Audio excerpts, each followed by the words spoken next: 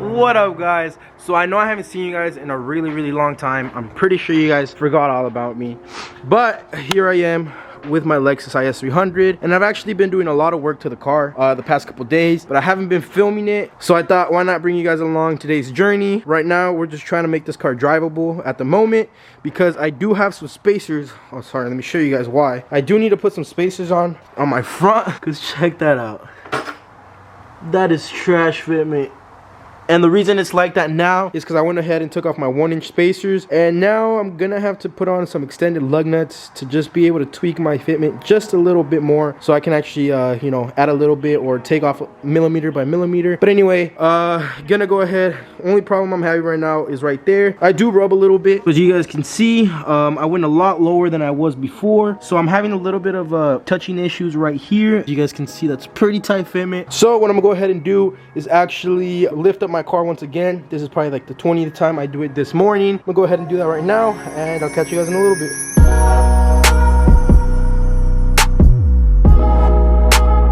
Alright, well, I sort of fixed my fitment. I know it looks like nothing to you guys, but trust me, this might make a big difference. You guys can see there. It's a little bit better than before. I am trying to match the actual heights of the actual coils, because I think this side is slightly a little bit higher than the other side, but it doesn't look too bad. So we're probably gonna keep it at that, take it on a test drive, and see how it rubs. Well, let's go ahead and get this jack out of the way, and let's turn my car on. Little Christmas tree for you guys' Christmas. Well, I'm gonna let it warm up a little bit, and then gonna take it on a test drive. So yeah, I'll catch you guys in a bit. Alright guys, so I'm back home now, and honestly, I'm kind of impressed for the fitment that I have and how much I didn't really mess with it. It's actually pretty good. I feel like probably the max limit right now is probably going to be a 2-passenger, but that's only because the rear is kind of like a little, that still touches just a little bit. Probably going to mess with my preload, but for now I'm probably going to leave it like that. It's pretty good. It rides really nice and takes turns pretty well. It does, like I said though, it does still touch on this side. This is the only side that it rubs on. I'm pretty sure it's because I'm on this side, so it like obviously has more weight on this side, so it obviously has more weight on here. But okay, so I think I'm gonna have to raise this side up a little bit, because I think after the drive it kind of adjusted itself, and it's back to fender to lip. And like I told you guys, the car is not fender to lip all around. It's only fender to lip on that side, and here it's just barely off of it. So gonna have to raise the other side a bit, so maybe that'll help, and we should be good, guys. So for now we're gonna go ahead and leave the car like this. I'll catch you guys when I'm on the mission for the extended studs. Don't really have too much content for you guys right now, so I'll just catch you guys in a little bit. Okay, so I just finished up washing my car, or I mean not washing, vacuuming, and it looks pretty good. I don't know if you guys saw my TikTok. You guys know I have a TikTok now. If you guys did it, check it out. Anyway, I did a whole interior detail on my car. Well, not really like full like extracting stains and all that, but I went ahead and cleaned everything up really good. It looks pretty good actually, almost new. I do need to buy new carpets though, because they do seem pretty stained, but for the most part though, my interior is pretty flawless now. My seats looking nice. But anyway, here's my car. Finished cleaning up. Now I do need to wash it, but I do need to go pick up some extended studs like I had told you guys, and also the spacers. So I'll catch you guys in a little bit. Alright, so I am back with the actual spacer and studs. I don't know if I mentioned I was also going to pick up spacers. At this point I have so many different spacers. I have no idea what I'm going to do with them later. I have those right there. I have another set over there. Then I have one over there, and I believe I have some over here. And where's my other set? And then there's like some little ones right here that I might be using for that. Oh, and then right there. But anyway, gonna go ahead, take off this wheel. Gonna also replace all of the studs, which are the extended ones, which are also here. Haven't even checked them out yet. Let me go ahead and pour them out. So here we have the extended studs. I honestly thought they were gonna be APR studs, because that's what the guy had told me he was gonna give me. But I cannot complain. I bought the spacers and studs for $30, and APR studs themselves cost like $160 for the set. So I'm not surprised that he probably realized that the studs are actually pretty expensive for what he was gonna give me. So I'm not gonna complain with these. I heard these are not that bad. Gonna go ahead and take these out, and I'm gonna learn on the way. And if you guys want to learn too, I'm gonna go ahead and record the clips. But let me put you guys down and start doing everything. So this is my first time ever even working on anything that has to do with taking apart my wheel assembly. From what I know, I just have to take off two 17mm bolts off the back of the caliper and take off the actual brake disc, and it should give me access. It should be that easy, but like I've always said, it's never that easy. So let's give it a try and see how it goes. Okay, so that's really on there. Definitely gonna need WD-40, but I don't even think I have any. I wish I could get my impact down there because I know that would for sure do the trick. Can I?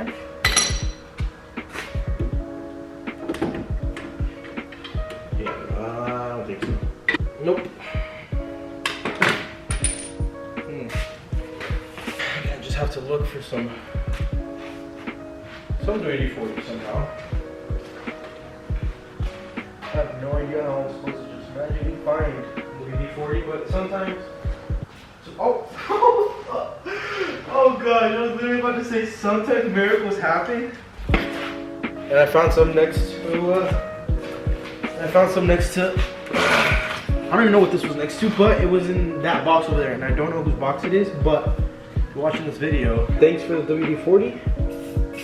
I'm hoping this is the same thing because I've never seen it in this form. I'm pretty sure this is old. Does it expire? Damn, dude, this thing doesn't even spray, but it has a lot. It has a lot. I just don't know why it's not spraying. Whoa, should probably not read that. Let that sit for a little bit. All right, well, that's literally all I needed for this install. So I have everything. By the way, WD-40, 17 millimeter, and your studs. That's all you'll need. Oh, and a hammer. A hammer. All right, well, anyway, I'm gonna be done explaining everything. I'm gonna go ahead and edit everything out, but for now, I'm gonna still keep giving this a try. Once I get it, I'll get back to you guys. I'm gonna get a breaker bar under there. If I lift this high enough.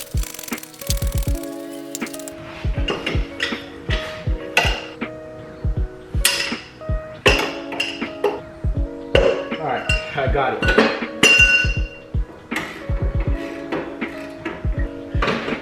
Let's hope my jack goes high enough, because it's not gonna come out without a breaker bar. So if we can't get this under there, we're screwed. You know what? Her freight jack actually came in clutch today. I thought it wasn't so bad with the breaker bar.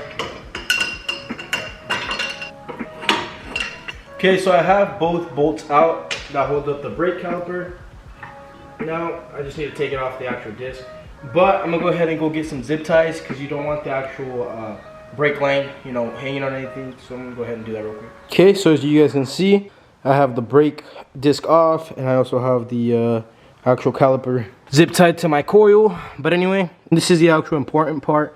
We have to knock these out with the hammer. As you can see, I have this stud right here stripped, and I also have this one down here stripped. So because of that, I'm gonna use that as an excuse to actually put on extended studs, which I do need anyway, because I do want to get perfect fitment. Now that I'm kind of messing with it a little more, I want to mess with also spacers. So without these, you can't really put on spacers because these little studs won't let you actually hook onto anything. But anyway, I'm gonna go ahead, knock these out with the hammer. That's literally all you have to do, nothing special. So I won't show you guys that, but I'm gonna go ahead and knock those out and get to you guys once I start putting everything back together. Okay, so now that I have everything off, I took them all off. Like I said, I literally just banged them out with the hammer and it was all good. I let it sit with WD-40 for a little bit, obviously, so it was easier. But anyway, now I'm gonna go ahead and explain to you guys. Now I'm gonna go ahead and explain to you guys how you put them on, because this is very important. I was looking on YouTube for videos on how to do this, and I've seen a lot of people actually just put these on, put the wheel, put everything back on, and put the wheel on, and they just say to tighten it all the way through. But that's actually really dangerous, because you guys can see right here, there's little grooves that are actually supposed to warp into the actual bearing itself. So by doing that, you actually do need an impact for this. I did forget to mention that in the beginning. I hate when people forget to mention the most important tools. But anyway, you do need an impact for this. Because honestly, I don't think you could just do it with one of your regular wrenches. You're definitely going to need an impact. But anyway, the reason I wanted to explain this also, you're going to need to use, you're going to actually have to use things to put between the actual nut and the stud itself. So when it is tightening, this doesn't ruin anything on the bearing or damage anything. So you do want to use spacers. I am using this because this works perfectly fine. But I do recommend using spacers. So I'm going to go ahead and do that all right now and show you guys once I add all 5. And should be pretty easy, so I'll just time-lapse this and I'll catch you guys in a little bit. Actually, never mind. I'm not going to time-lapse it. I just realized the camera's going to die. So I'm going to go ahead and do everything and give you guys a step-by-step afterwards. Alright, so now for my last one. I already did all the other 4. It's pretty easy. Like I said, you just make sure you just know you have to put it through the back. It's in there. It's not going to go in that way at all. It's impossible. It will never make it through that way. So what you do, you use your spacer, put it through, then you get your nut, which should usually be your OEM nut. I'm using a spacer nut, like from my adapters, which is the same thing. So Anyway, you make sure you hand tighten it as much as you can, just so you know it's straight, which I know it is straight because of these spacers. I think that's the point of these spacers. But anyway, all you have to do now is impact it all the way through. You should hear, like, there is a different sound once it's done. You should notice it yourself in the hand vibration and all that. But anyway, let me finish this off real quick.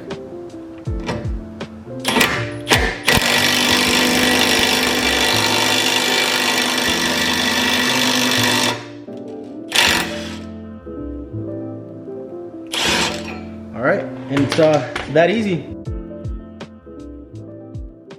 All right, guys, so I'm finally done. I have the spacer and the extended studs on this side and on the other side.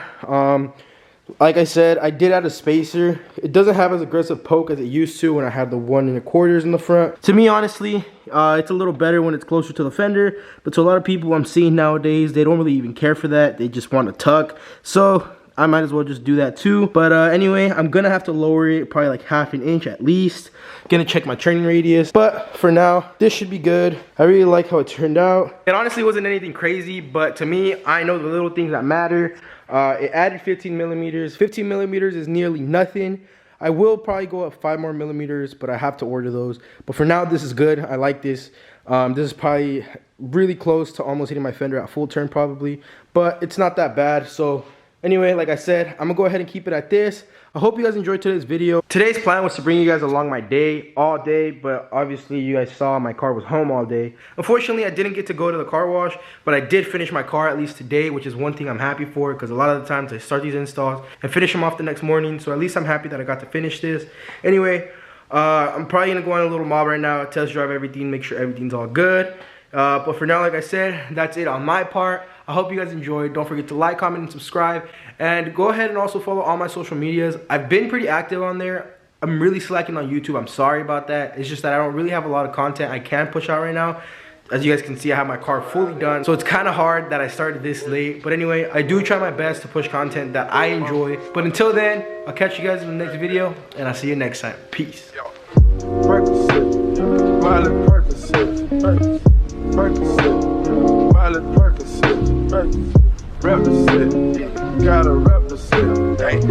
Chase a chick, never chase a bitch.